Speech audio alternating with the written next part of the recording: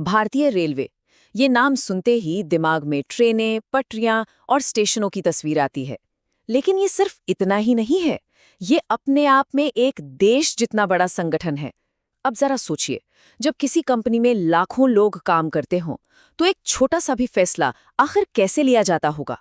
और जब वो संगठन इंडियन रेलवेज हो, तो ये सवाल और भी बड़ा हो जाता है। ये इतनी विशाल मशीन आखिर चलती कैसे है?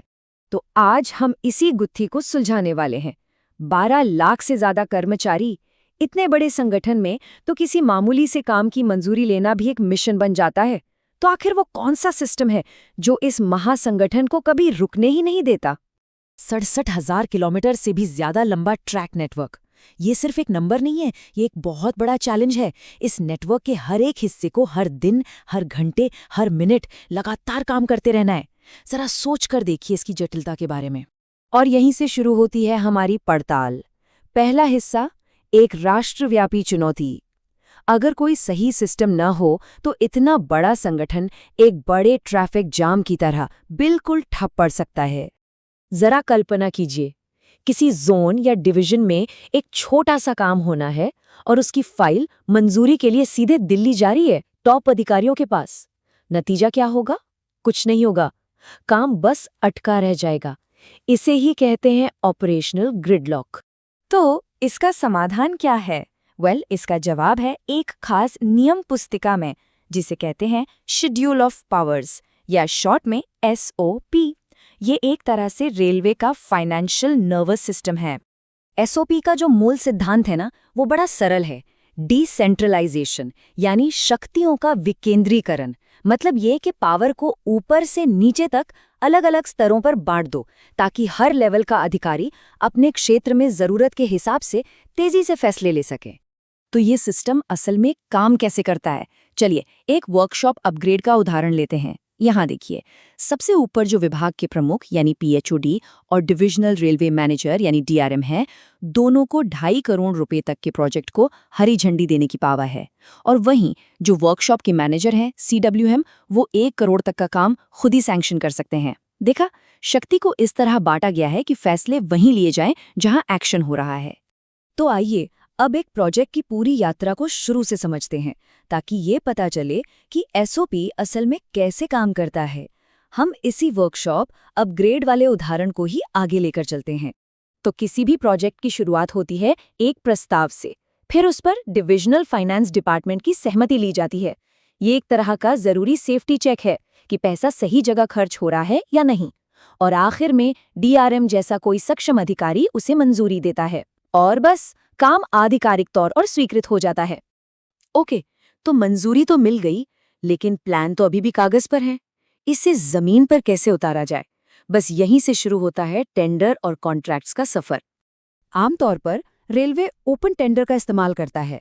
इससे क्या होता है कि पारदर्शिता बनी रहती है और कंपटीशन की वजह से सबसे अच्छी कीमत मिलती है।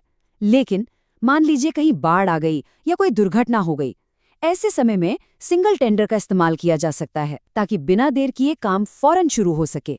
यहाँ गति पारदर्शिता से ज्यादा जरूरी हो जाती है।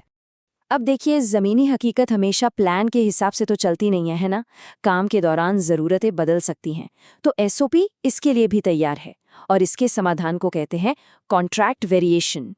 इसमें ना सिस्टम में काफी लचीलापन है।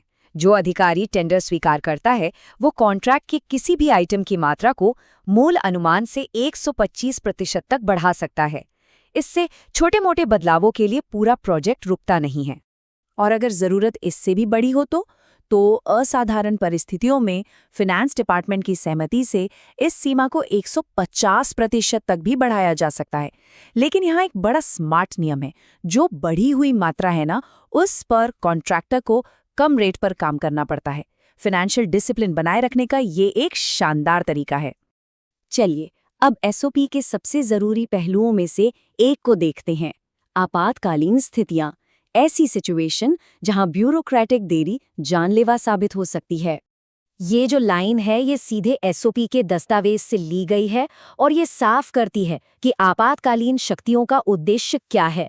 जब बात जीवन और संपत्ति की सुरक्षा की हो, तो नियमों को तेजी से काम करने के लिए डिजाइन किया गया है, काम रोकने के लिए नहीं। मिसाल के तौर पर किसी मेडिकल इमरजेंसी में स्थानीय अधिकारी तुरंत एम्बुलेंस किराए पर ले सकते हैं, घायलों का इलाज निजी अस्पतालों में करवा सकते हैं या ज़रूरी दवाइयाँ खरीद सकते हैं जो स्टॉक में नहीं हैं। इन कामों के लिए लंबी चौड़ी मंजूरी प्रक्रिया का इंतजार नहीं करना पड़ता। तो हमने देख लिया कि एसओपी कैसे काम करता है, लेकिन इसका महत्व क्या है, इसकी बड़ी तस्वीर क्या है? तो इस पूरी व्यवस्था का सार क्या है? पहला, डिसेंट्रलाइजेशन, जिससे काम में तेजी आती है। दूसरा, स्पष्ट सीमाएं, जिनसे जवाबदेही तय होती है। तीसरा, स्थानीय सशक्तिकरण, जो जमीनी स्तर पर बेहतर फैसले लेने में मदद करता है। और चौथा, आपातकालीन प्रावधान, जो संगठन को किसी भी चुनौती के लिए तैयार रखते हैं। तो असल में एसओपी एक बहुत ही बढ़िया संतुलन बनाता है। एक तरफ ये स्थानीय अधिकारियों को तेजी से काम करने की आज़ादी देता है, तो दूसरी तरफ ये भी पक्का करता है कि वित्तीय अनुशासन की लक्ष्मण रेखा पार न हो। और ये सब हमें एक बड़े सवाल पर सोचने के लिए मजबूर करता है। क्या भारतीय रेलवे का शक्ति को इस तरह बांटने का ये मॉडल दूसरे बड़े सरकारी या निजी संगठनों के लिए भी एक मिसाल बन सकता है? शायद किसी भी विशाल संगठन को चलाने का राज कंट्रोल करने में नहीं, बल्कि सही तरीके से अधिकार बांटने में ही छिपा है।